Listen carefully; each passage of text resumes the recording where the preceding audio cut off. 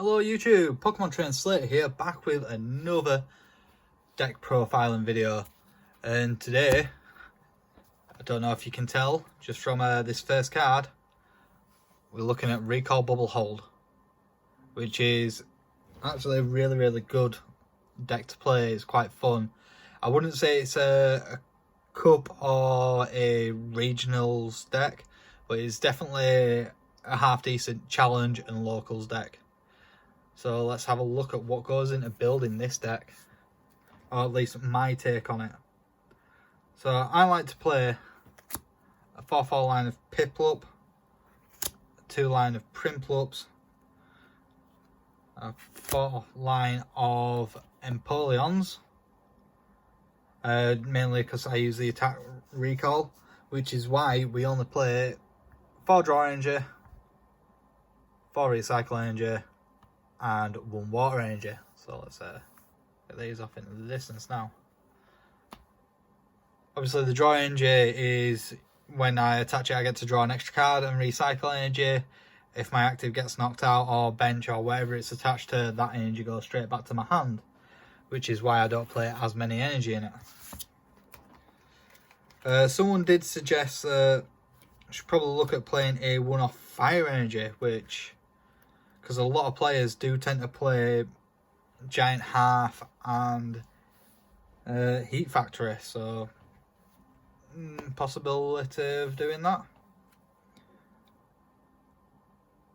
Okay, so I have a couple of bench sitters that go in this deck, and they go in the tune of Pidgeotto for Airmail, which allows me to search through the deck for the cards that I do need.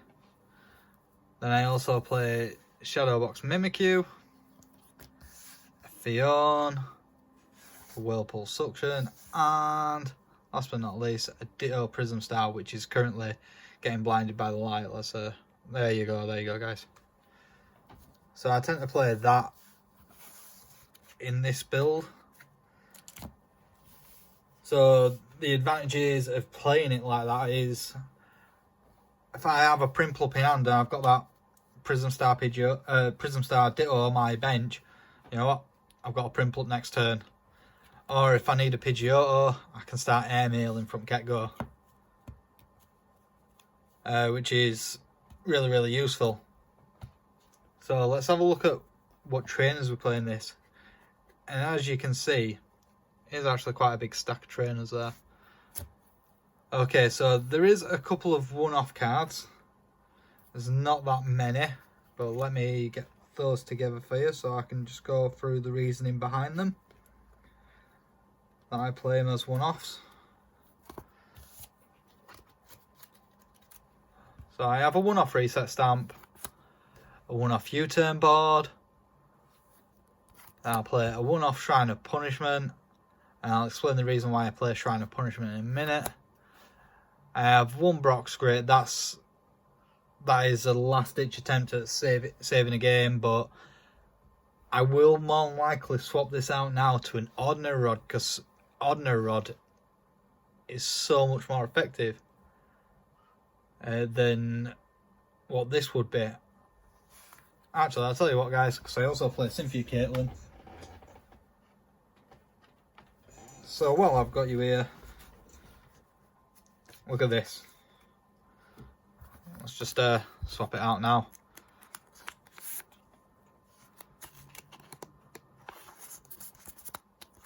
So we'll play a 1-off Ordinary Rod instead, because that frees up a trainer for turn as well. So I can use another supporter. Then I'll play Symphony Caitlin to get them back.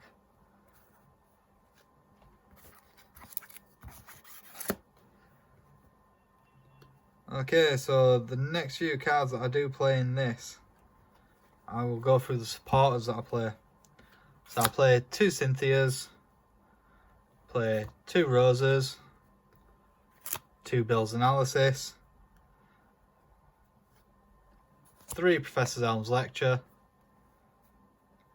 and 3 Howler Guzma Howler even. So obviously I'm using this to get out my special energies quicker. I'm using it to get my U-turn board and my... I'm trying to think of what it is now. My Shrine of Punishment out quicker. I'm also playing Builds Analysis, so I'm looking for extra trainer cards. Cynthia's obviously to cycle my hand back in if I haven't got the cards that I need there and then.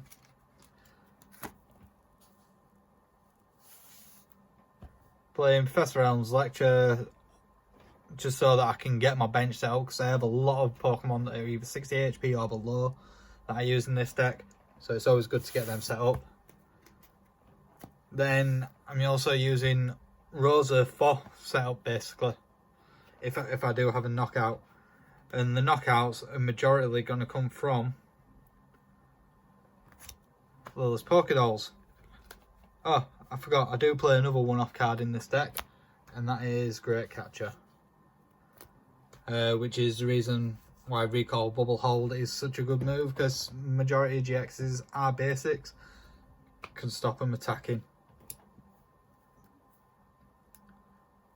So I do have a bit of searching stuff to try get these out quicker as well.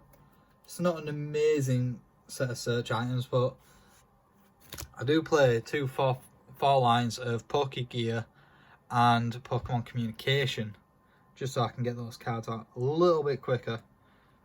And a lot of you probably asking, why am I only playing 2 Prinplup? Well, the only reason I'm playing 2 Prinplup is because I'm playing 4 rare candies, so I can try evolving them quicker, which is perfect if I've got Piplups on the bench.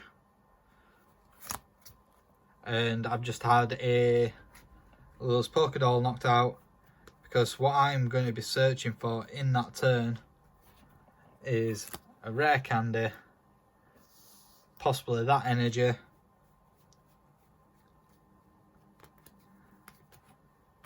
and then Polion for that, so then I can just start attacking from there.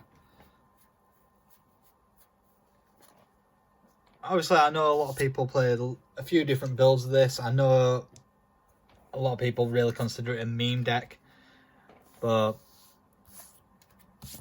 I don't really consider it a meme deck. I think it's a pretty fun deck to play, and I'd like to see it get more play. Yeah, it's going to lose a couple of cards in rotation depending on when rotation comes in, but hopefully we'll be all back out playing again before that happens. But until then, please remember guys, stay safe, look after yourselves, and if you like the video, please like, subscribe and share.